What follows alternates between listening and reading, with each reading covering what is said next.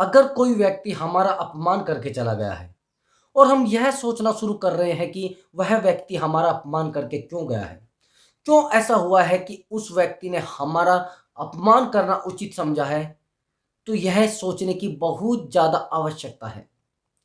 हमारी लाइफ में कई बार ऐसी सिचुएशन बीत जाती है कि कोई भी व्यक्ति आता है और हमारा अपमान करके चला जाता है। तो ऐसे व्यक्ति से छुटकारा कैसे पाए और ऐसे व्यक्ति को दिमाग से कैसे निकाले, तो यह वीडियो आपके लिए बहुत ज़्यादा इम्पोर्टेंट होगा।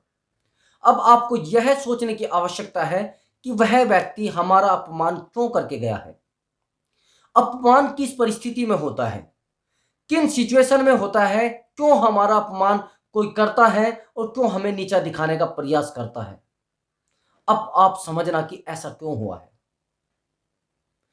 जब कोई व्यक्ति आपका अपमान करेगा तो वह यह सोचकर करेगा कि मैं बहुत ज्यादा ताकतवर हूं और यह व्यक्ति बहुत ज्यादा निर्बल है, यानी कमजोर है। वो अपने आप को यह दर्शाना चाहता है। और हमेशा एक बात का ध्यान रखना, आप मजबूत व्यक्ति एक निर्बल व्यक्ति का अपमान करता है।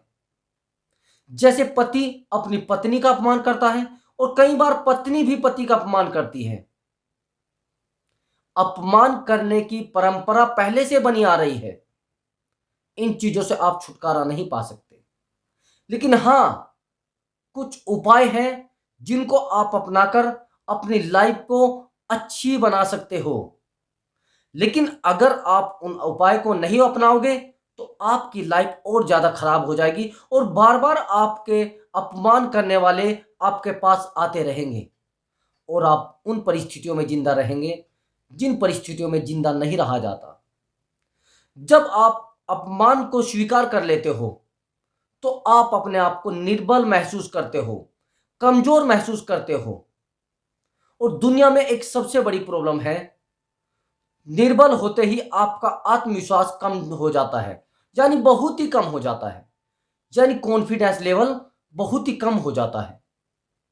और जब विश्वास खत्म हो जाता है तो आप बहुत ज्यादा कमजोर हो जाते हो।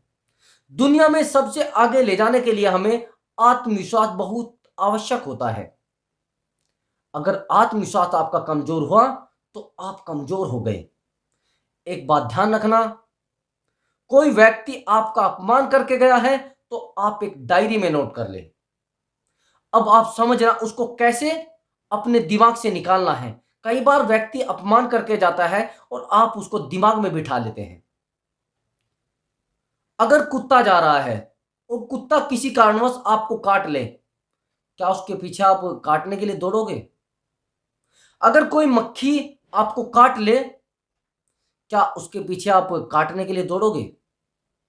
अगर किसी कबूतर या फिर कोए ने आपके ऊपर बीट कर दी है तो क्या आप उसके बारे में सोचोगे यार उसने कर दी, या डंडा लेके उसके पीछे भागोगे? ये आपके लिए संभव नहीं है। ऐसे ही आपको जो करना है वो अपने दिमाग से करना है। उस समय आपको सोचने की आवश्यकता है, या मैं ये सब कर सकता हूं। आप ना तो कुत्ते के पीछे डंडा लेकर भाग सकते हैं पूरा दिन, ना आप अगर कबूतर ने बीट कर दी है उसके पीछे डंडा लेकर भाग सकते हैं। यहां पर आपको सोचने की आवश्यकता है, जब वो व्यक्ति अपना अपनी प्रॉब्लम आपने नहीं छोड़ रहा है, यानी जो उसकी प्रवृत्ति है वो दुष्ट है, वो दुष्ट होने की प्रवृत्ति को नहीं छोड़ रहा है, तो आप अच्छे होने की प्रवृत्ति उस इंसान की वजह से क्यों छोड़ रहे हो?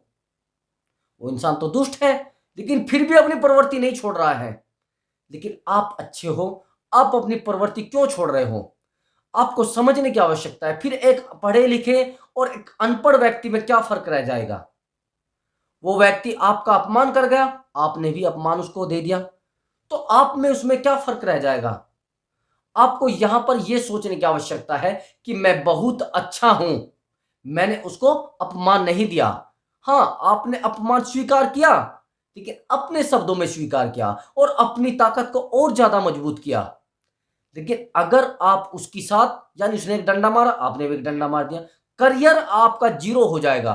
वो व्यक्ति अनपढ़ है, उसका तो करियर कुछ है ही नहीं, वो तो बिल्कुल खत्म है। आपकी लाइफ में आपका लाइफ पार्टनर भी आपके साथ ऐसा कर दे तो आप ऐसा ना करें कि आप उसको जवाब दे, डंडा ही मारे उसको। नहीं, आपको फील कराना है कि मैं अच्छा व्यक्ति था और अच्छा व्यक्ति रहूंगा। आपके कहने सुनने से मैं बदलने वाला नहीं हूं। मेरा जीवन पहले जैसा चल रहा था वैसे ही चलेगा।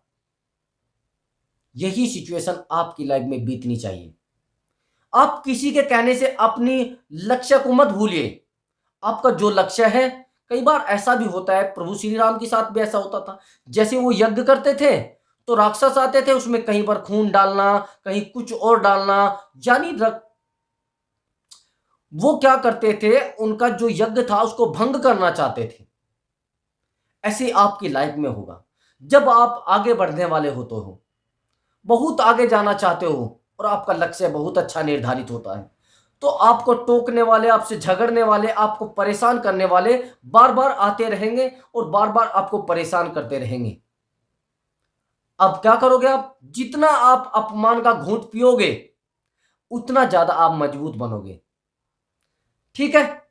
अगर आपको हमारी वीडियो अच्छी लगी है तो चैनल को सब्सक्राइब करें और वीडियो को लाइक जरूर करें। ऑल का बटन जरूर दबा दें। ठीक है? जब चैनल को आप सब्सक्राइब करते हैं तो ऑल आता है, ऑल पर क्लिक कर दें। ठीक है मेरे प्यारे दोस्तों? हाँ, अगर रिलेशनशिप में आपका बहुत ज्यादा अपमान होता है तो उसको सुधारने के लिए अपने आप को शांत रखना पड़ेगा। स्वभाव को बिल्कुल शांत रखिए। बाय बाय दोस्तों।